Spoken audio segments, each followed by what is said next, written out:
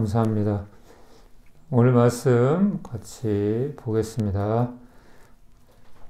구약성경 이사야서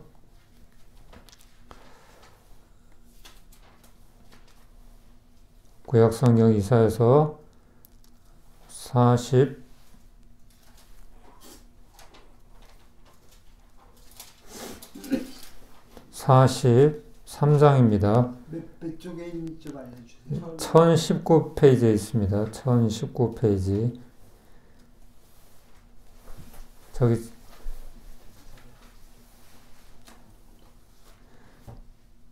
43장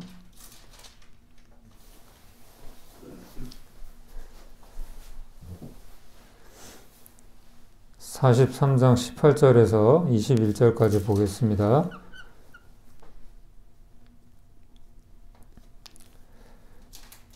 18절에서 21절까지 교독하겠습니다. 너희는 이전 일을 기억하지 말며 옛날 일을 생각하지 말라. 보라, 내가 새 일을 행하리니 이제 나타날 것이라. 너희가 그것을 알지 못하겠느냐. 반드시 내가 광야의 길을 사막에 강을 내리니.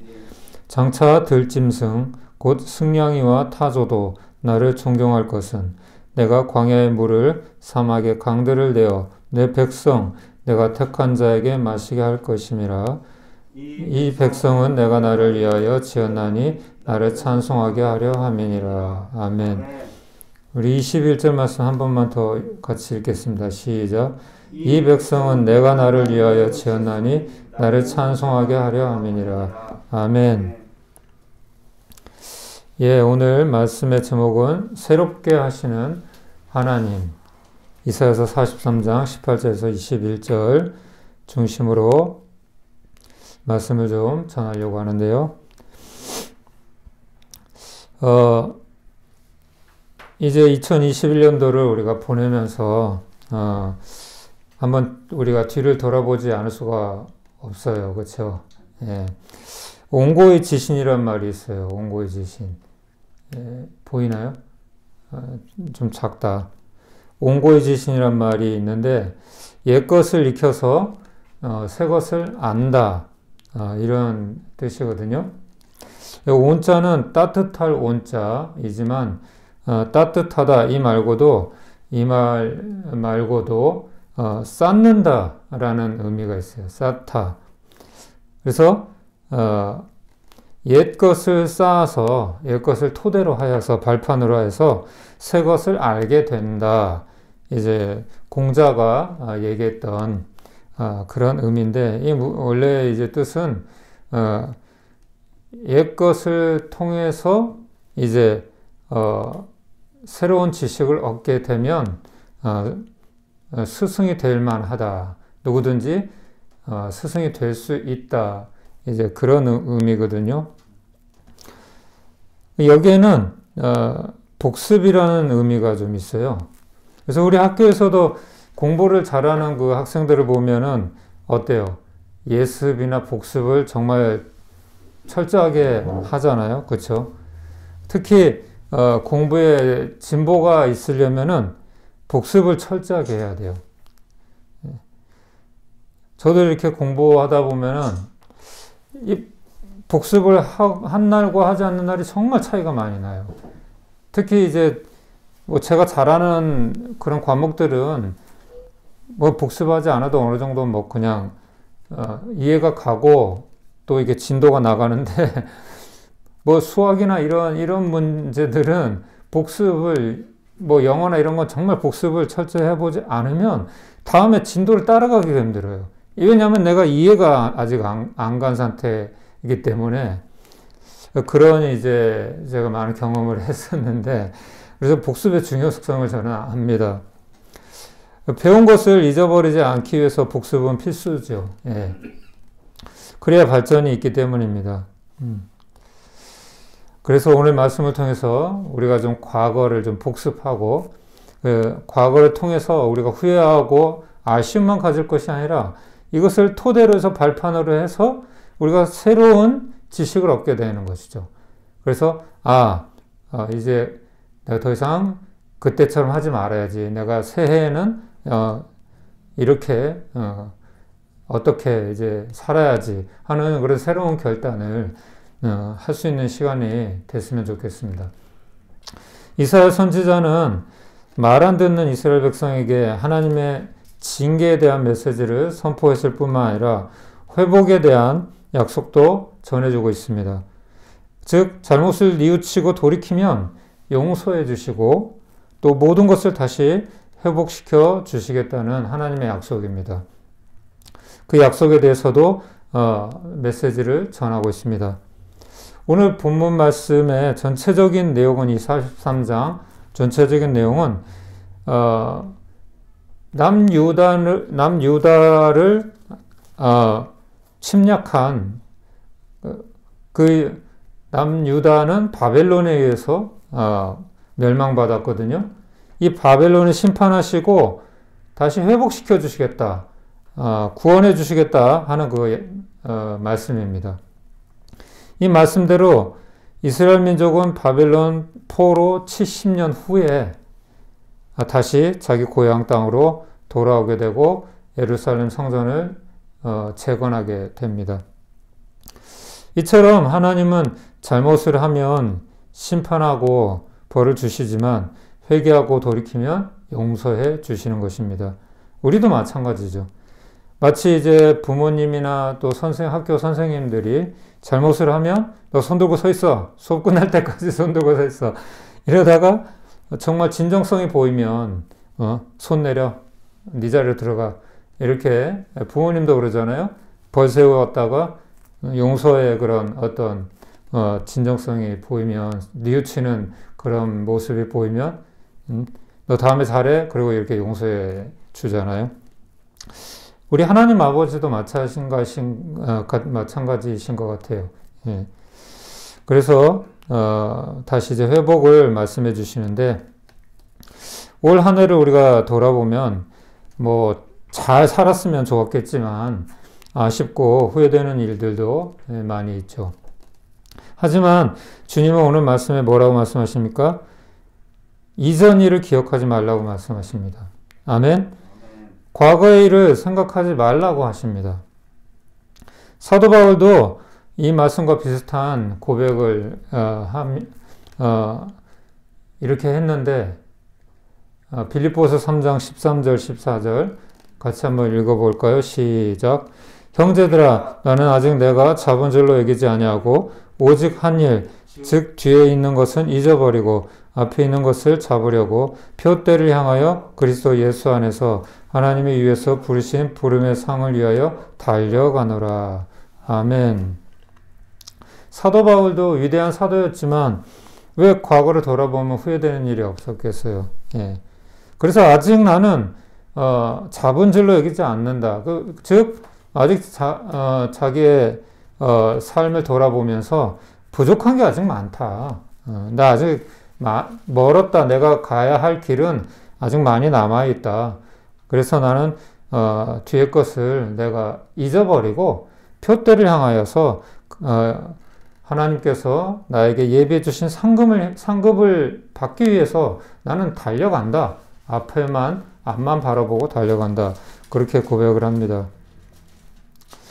사람이 살다 보면 후회되는 일이 없을 수가 없어요.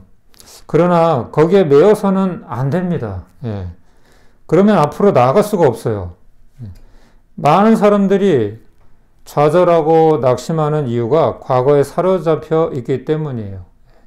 예. 저를 비롯해서 제가 주변에 많은 사람들을 이렇게 보면 그렇더라고요.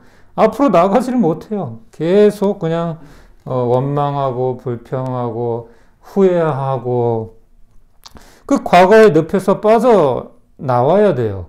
그래야 미래로 나아갈 수가 있는 것이죠. 그래서 성경은 주님을 바라보라고, 그 비결 중에 하나가 성경의 첫 번째, 주님을 바라봐라. 예. 히브리서 12장 1절, 2절 같이 한번 읽어볼까요? 시작. 이러므로 우리에게 구름같이 둘러싼 허다한 증인들이 있으니 모든 무거운 것과 얽매이기 쉬운 죄를 벗어버리고 인내로써 우리 앞에 당한 경주를 하며 믿음의 주요 또 온전하게 하시는 이인 예수를 바라보자. 그는 그 앞에 있는 기쁨을 위하여 십자가를 참으사 부끄러움을 개의치 아니하시더니 하나님 보좌 우편에 앉으셨느니라. 아멘. 그렇습니다. 우리가 과거에 얽매여 있으면은 우리가 앞으로 나아갈 수가 없어요. 그래서 여러분 무거운 짐을 지고서 어떻게 우리가 전진해 나갈 수 있어요? 그렇죠? 힘들 한계가 있잖아요. 그걸 내려놓으면 우리가 편안하게 갈 수가 있잖아요. 그리고 우리는 우리를 바라보면, 사람을 바라보면 여러분 실망밖에 할 수가 없어요. 우리가 누구를 의지하겠어요? 누구에게 소망을 두겠어요? 우리의 온전하신, 죄 없으신, 우리의 죄 때문에 십자가에 죽으신 예수 그리스도가 우리의 소망인 거죠. 아멘? 예. 그분은 우리 때문에 십자가를 참으시고, 그 부끄러움을 침뱉음을 당하시고, 채찍에 맞으시고, 조롱을 당하고, 그 온갖 수모를 다 인내하셨어요. 할렐루야. 예. 누구 때문에? 나 때문에. 그럼 우리가 더 이상 그런 죄짐에 눌려서 그렇게 우리가 얽매여서 살 필요가 없는 것이죠. 주님께서 이미 다 그 고통을 다 당하시고 저주를 받으셨는데, 그래서 이 온고의 지신이라는 말처럼 이 과거를 통해서 우리가 다시 과거와 같은 잘못을 하지 않으면 돼요. 아멘. 예. 과거의 잘못을 타산지석으로 삼아서 우리가 더 이상 실수를 줄이고, 뭐 가능하면 또 실수를 안 하게 되고, 그렇게 하면 되는 것이죠. 18절 말씀을 우리가 기억합시다. 우리 18절 말씀 한 번 더 읽어볼까요? 시작. 너희는 이전 일을 기억하지 말며 옛날 일을 생각하지 말라. 이스라엘 백성들이 얼마나 하나님 앞에 부끄러운 게 많겠어요. 그렇죠? 이 불순종하고 우상 숭배하고. 그러니 하나님은 돌이키고 회개하면 용서해 주시는 거예요. 탕자가 어때요, 여러분? 탕자. 누가복음에 나오는 탕자. 비유. 탕자가 정말 너무 이 탕자가 아버지의 마음을 아프게 하고, 그렇죠? 그 재산을 받아가 가지고 그냥 자기 멋대로 그 방탕해서 살다가 이래서는 안 되겠다. 뉘우치고 돌아왔을 때 아버지가 너 이놈의 자식, 넌 내 자식 아니야. 그리고 내치지 않았잖아요. 예? 손가락에 손에 가락지를 끼워주고 깨끗이 씻겨주고 새로운 옷을 입혀주고 잘 돌아왔다. 예. 그렇게 품에 안아주셨잖아요. 할렐루야. 예. 그렇게 우리도 돌이키면 됩니다. 예. 다시 과거의 삶을 우리가 복습해야 돼요. 우리 반복하지 않으면 됩니다. 반복하지 않으면. 그러면 우리가 앞으로 나아갈 수가 있는 것이죠. 그래서 바로 그 말씀이 19절입니다. 19절 같이 읽어보겠습니다. 시작. 보라, 내가 새 일을 행하리니 이제 나타낼 것이라. 너희가 그것을 알지 못하겠느냐? 반드시 내가 광야의 길을, 사막에 강을 내리니. 아멘. 하나님께서 우리에게 새 일을 행하시겠다고 말씀하시는 거예요. 예. 과거에 낡은 옷을 다 벗겨주시고 새 옷을 입혀주시겠다는 거예요. 새 마음으로 새롭게 우리가 살아갈 수 있도록 해주시겠다는 것이죠. 예. 이것이 은혜이죠. 이것이. 예. 우리 인생이 가장 절망적일 때 나는 안 돼. 아무리 해봤는데 나는 안 되는 것 같아. 더 이상 뭐 소망이 없어. 그 상황이 또 어려울 때 선택하는 방법이 뭐예요? 극단적인 선택을 하죠. 예. 근데 스스로 자기 목숨을 끊는데 이것은 더 이상 이제 뭐예요? 삶에 희망이 없다고 생각할 때, 그렇죠? 그 보통 일입니까, 그게? 그 높은 데서 막 뛰어내린다는 거, 한강에서 뛰어내린다는 거, 보통 그 심장 가지고 그거 할 수 있는 거 아니거든요. 그렇지만 그것은 결국 마귀의 속임수거든요. 죽으면 끝나는 것처럼 생각을 하기 때문에 그렇게 하는데, 죽으면 이 영원한 고통에서 난 끝날 수 있어. 해방이야. 죽으면 해방이야. 이렇게 생각을 하고, 그래서 그렇게 그런 결단을 하는 거거든요. 근데 어때요? 죽으면 끝나나요? 아니죠. 더 큰 나락으로 빠져들어가는 것이죠.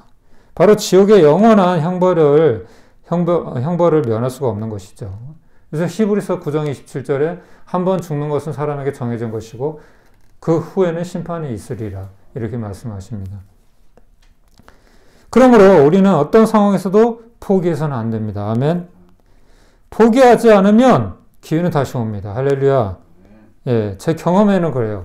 포기하지 않으면 언젠간 기회가 다시 오더라고요. 아무리 내가 부족하고 실패를 하고 그렇게 실수를 해도 포기하지 않으면 기회가 다시 오더라고요. 여러분, 이 사람이 누군지 아세요? 닉 부이치치라고. 이 사람이 장애인이에요. 딱 봐도 장애인 아니에요? 두 팔이 없고 두 다리가 없는 사람이에요. 선천성 이 장애를 가지고 태어날 때 이렇게 태어났어요. 근데 그 부모가 그 의사에게 당신 아이는 태어나서부터 장애가 있을 것인데 어떻게 하겠느냐 했을 때 부모가 기도해보고 저희는 자녀를 낳겠습니다. 그렇게 얘기를 했다고 해요. 그리고 낳아서 키웠어요. 근데 그 부모님이 대단하죠. 부모님이 그 아이를 정성껏 잘 이렇게 키웠는데 이 아이가 일반 학교에 들어갔어요. 그냥 특수학교에 들어간 것이 아니라 일반 학교에 들어가서 일반 애들하고 정상적으로 그렇게 공부하고 활동을 하는데 한 번은 8살 때인가 너무 자괴감이 들어서 왜 나는 쟤네들하고 다르지? 그런 마음을 가지고 자살을 한번 시도를 이렇게 했었대요. 근데 나중에 이 사람이 그 어려움들을 다 이제 이겨내고 전 세계에 있는 사람들한테, 전 세계적으로 수많은 사람들한테 희망을 주는 전도자가 되었어요. 그 어려움들을 다 이겨내고 이것이 하나님이 내게 주신 소명이구나. 나같이 불구자여도 살 수 있다는 것을 하나님이 보여주시기 위해서 얼마나 정말 우리 같은 이 멀쩡한 사람들, 이 세상에 많은 정말 비장애인들, 또 특히 청소년들이나 그런 사람들이 정말 삶을 포기하고 또 극단적인 선택을 하기도 하고, 그런 사람들한테 닉 부이치치도 여기 뭐라고 써 있어요? 제가 할 수 있으면 여러분도 할 수 있어요. 이렇게 힐링 캠프에서 방송에 나왔었거든요. 제가 할 수 있으면 여러분도 할 수 있어요. 이 사람뿐만 아니라 여러분, 장애인인데도 불구하고 정말 그 자신의 한계를 극복한 인간 승리하는 그런 이제 사람들이 우리 주변에는 사실 많이 있잖아요. 손가락이 2개인데 양쪽에 손가락이 2개씩 4개밖에 없어요. 이걸로 피아노를 연습해가지고 피아니스트가 된 사람도 있고, 레나 마리아처럼 그런 사람들이 많아요, 우리 주변에는. 그럼 저도 그런 사람들을 보면서 되게 부끄러운 거예요. 나는 뭐 했나? 저 사람은 이렇게 장애가 있는데도 저렇게 하나님께 쓰임받고 참 부끄럽더라고요. 그래서 우리가 포기하지 말라는 거예요. 아멘. 포기하지 않으면 기회가 옵니다. 반드시. 성경에 가룟 유다와 예수님의 제자 가룟 유다와 베드로를 이렇게 보면은 둘 다 똑같이 스승을 배신했어요. 베드로도 가룟 유다보다 더 나은 건 아니에요. 그러나 가룟 유다는 자살로 삶을 마감했고 베드로는 회개하고 다시 기회를 얻어서 결국 주님의 증인으로 순교자가 되었습니다. 똑같은 죽음이지만 어때요? 정반대의 결과가 나왔잖아요. 주님이 우리를 포기하지 않으신다면 우리는 주님을 포기하면 안 돼요. 우리는 우리의 삶을 포기하면 안 돼요. 아멘? 무슨 얘기인지 알겠죠? 예. 할렐루야. 이것이 감사한 일이에요. 나도 나를 포기하고 싶은데 주님은 나를 포기하지 않아요. 그것이 은혜라는 거예요. 그것이 우리가 삶을 살아나갈 수 있는 원동력이라는 것이죠. 그래서 하나님께서는 더 이상 우리의 과거를 묻지 않으시겠다고 합니다. 예. 25절에 한번 우리 뒤에 부분 25절 한번 읽어볼까요? 시작. 나 곧 나를 위하여 내 허물을 도말하는 자니 내 죄를 기억하지 아니하리라. 아멘. 아멘. 이 도말이란 말은 이 페인트 칠을 얘기를 하는 거예요. 예. 예. 가려주시는 거예요. 덮어주신다는 얘기예요. 예. 기억하지 않으시겠다. 도말하시겠다. 예. 더 이상 너의 죄를 내가 묻지 않겠다. 탕자에게 죄를 물었어요? 아버지가? 너, 내 돈 갖고 가서 말이야. 그렇게 너 살고 무슨 염치로 네가 돌아왔니? 하지 않으셨어요. 아무 말도 안 하시고 잘 돌아왔다. 잘했다. 그렇게 안아주셨잖아요. 그분이 하나님이세요. 하나님 아버지세요. 하나님은 인생이 아니에요. 예. 그렇기 때문에 우리를 그 넓은 품에 우리를 안아주실 수가 있는 것입니다. 예.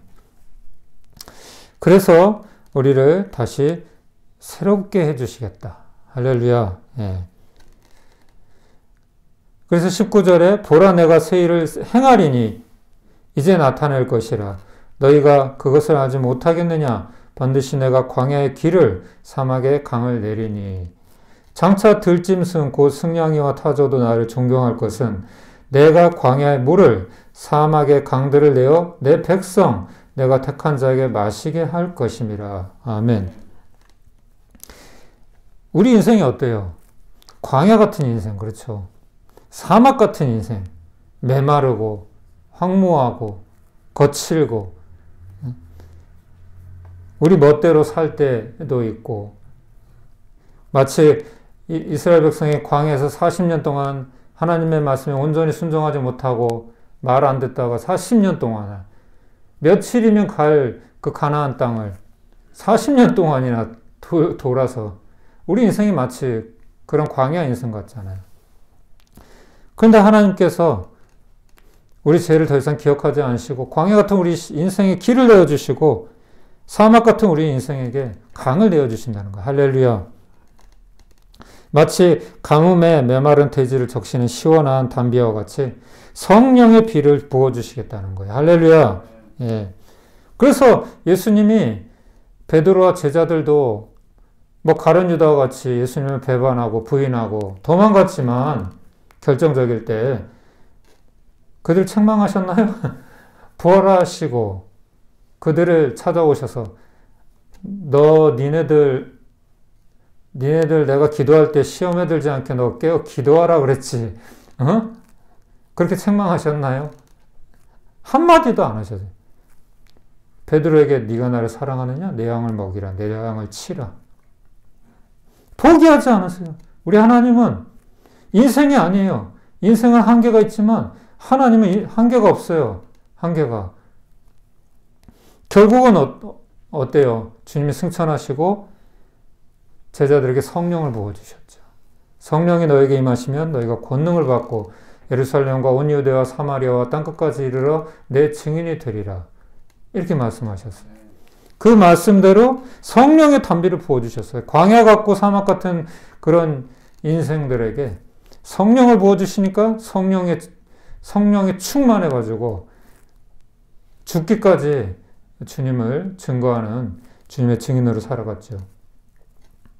결국 우리에게 소망이 없어요. 우리가 할 수 있는 건 아닙니다. 예. 아멘. 성령이 오셔야 돼요. 성령 받아야 돼요. 성령.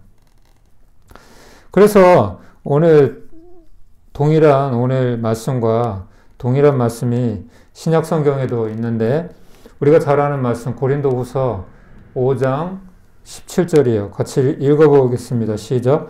그런즉 누구든지 그리스도 안에 있으면 새로운 피조물이라. 이전 것은 지나갔으니 보라 새 것이 되었도다. 아멘. 아멘. 예수 그리스도 안에 있으면 이미 우리는 새로운 피조물이 되어진 거예요. 예수 그리스도의 보혈의 피로 우리가 죄 사함을 받았고 깨끗함을 받았어요. 우리가 자격이 있어서 그런 것 아니에요. 그 포기하지 않는 하나님의 그 사랑이 우리를 새롭게 하여 주신 것이죠. 이전 것은 지나갔으니 보라 새 것이 되었도다. 하나님이 이미 선포하셨어요. 너희 죄를 더 이상 기억하지 않겠다. 하나님은 결코 우리를 포기하지 않습니다. 우리는 소망이 없지만 하나님은 반드시 믿는 자에게 승리를 주시고 회복을 주십니다. 왜냐하면 우리는 그분의 자녀이기 때문입니다. 21절 우리 같이 읽어볼까요? 시작. 이 백성은 내가 나를 위하여 지었나니 나를 찬송하게 하려 함이니라. 아멘. 하나님의 영광은 하나님은 자신이 받을 영광을 결코 빼앗기지 않으세요. 예. 우리가 지음받은 목적이 뭐예요? 하나님을 찬송하게 하려 함이라. 하나님께 영광 돌리게 하려 함이니라. 우리의 목적이에요. 그 존재 목적. 예. 그 존재 목적대로 하나님은 결국 자신이 받을 영광을 우리에게서 받으세요. 예. 마귀가 방해한다고 하나님의 영광 못 받으시는 거 아니에요. 절대 그런 일은 일어나지 않습니다. 이것이 믿음이에요. 나는 안 되지만 하나님은 하실 수 있어. 그래서 시작도 끝도 주님께 속한 것이라는 것을 우리는 알아야 돼요. 빌립보서 1장 6절에 이런 말씀이 있습니다. 같이 읽어보겠습니다. 시작. 너희 안에서 착한 일을 시작하신 이가 그리스도 예수의 날까지 이루실 줄을 우리는 확신하노라. 할렐루야. 주님이 시작하신 거예요. 우리가 이 땅에 뭐 내 힘으로 태어났나요? 아니잖아요. 주님이 보내주셨잖아요. 주님이 보내주셨으면 이유가 있어요. 각자의 우리 삶에 다 이유가 있다고요. 무의미한 인생이 아니에요. 이 땅에서 그냥 잘 먹고 잘 살다가 그 죽는 그런 인생이 아니에요. 너희 안에 착한 일을 시작하신 이가 그리스도 예수의 날까지 이루실 것이다. 이 말씀을 새해를 맞는 이제 2021년도를 보내고 2022년도를 맞는 우리에게 큰 소망이 되기를 예수님의 이름으로 축원합니다. 아멘.